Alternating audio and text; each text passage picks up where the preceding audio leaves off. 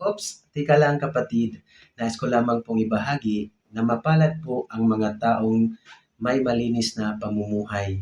Mapalad po ang taong sumusunod sa kalooban ng Diyos sapagkat tinutuwid ng Diyos ang kanilang buhay.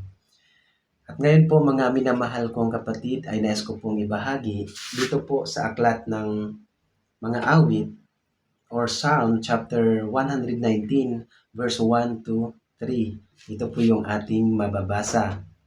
Mapalad ang mga taong malinis ang pamumuhay. Kautusan ni Yahweh ang sinusunod araw-araw.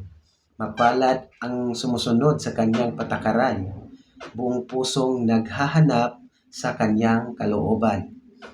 Ang gawain ay matuwid, namumuhay silang ganap, at sa kanyang kalooban ay doon sila lumalakad. Hallelujah! Purihin po ang ating Panginoon na kapag lumalakad tayo sa kalooban ng Diyos, maging matuwid po ang ating pamumuhay. Huwag po tayong lumayo sa Panginoon, mga minamahal kong kapatid. Lumapit na po tayo sa ating Panginoong Hesus, maghingi tayo ng tawad at magbalik loob tayo sa Panginoon. Panalangin natin na tayo po ay magkakilala sa Kanya na hindi pa tayo nawala sa mundong ito.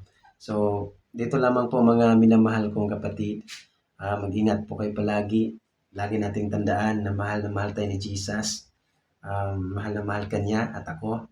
Tayong lahat, wala po siyang pinipili as long as lumapit po tayo sa kalooban niya. Dito lamang po mga minamahal kong kapatid. Maraming salamat. Jesus loves you. Bye-bye and God bless.